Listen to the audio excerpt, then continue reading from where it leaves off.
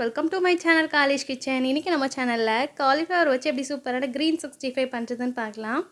அதுக்கு ஒரு மிக்ஸி ஜாரில் சின்ன துண்டு அளவுக்கு இஞ்சி, காரத்துக்கு தகுந்த மாதிரி வரமிளகாய் சேர்த்துக்கோங்க. நான் இன்றைக்கி 3 மிளகாய் சேர்த்துருக்கேன். ஒரு கைப்பிடி அளவுக்கு ஃப்ரெஷ்ஷான கொத்தமல்லி இலைகள் சேர்த்துக்கோங்க. ஒரு கைப்பிடி அளவுக்கு ஃப்ரெஷ்ஷான புதினா இலைகள் சேர்த்துக்கோங்க. இப்போ அதில் 4-5 பல் பூண்டு சேர்த்துக்கலாம். சேர்த்துட்டு நல்லா ஃபைனாக அரைச்சி எடுத்துகிட்டு வந்துடுங்க. பாருங்கள், தண்ணி சேர்த்து இந்த மாதிரி நல்லா ஃபைனாக அரைச்சி எடுத்துகிட்டு வந்தாச்சு. உங்களுக்கு பார்த்தாலே தெரியும். இப்போ நான் ஒரு பெரிய காலிஃப்ளவரை நல்லா க்ளீன் பண்ணி எடுத்துகிட்டு வந்திருக்கேன்.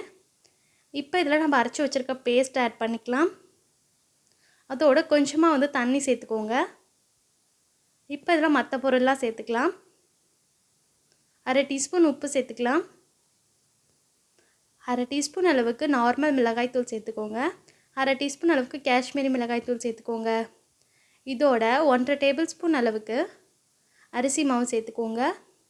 2/2 டேபிள் ஸ்பூன் அளவுக்கு கார்ன்ஃப்ளவர் சேர்த்துக்கோங்க.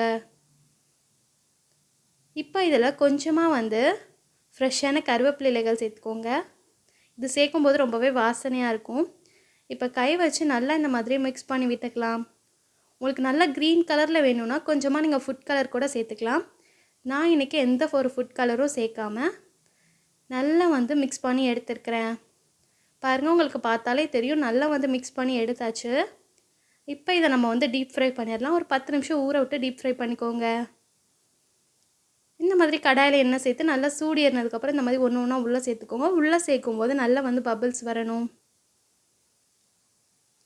மீடியம் ஃப்ளேமில் வச்சு 2 சைடும் நல்லா திருப்பி போட்டு நல்லா ஃப்ரை பண்ணி எடுத்துக்கலாம்.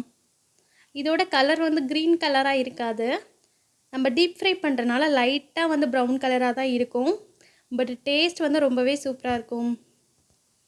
2 சைடும் நல்லா ஃப்ரை பண்ணியாச்சு. இப்போ பாருங்கள், வெளியே எடுத்து காமிக்கிறேன்.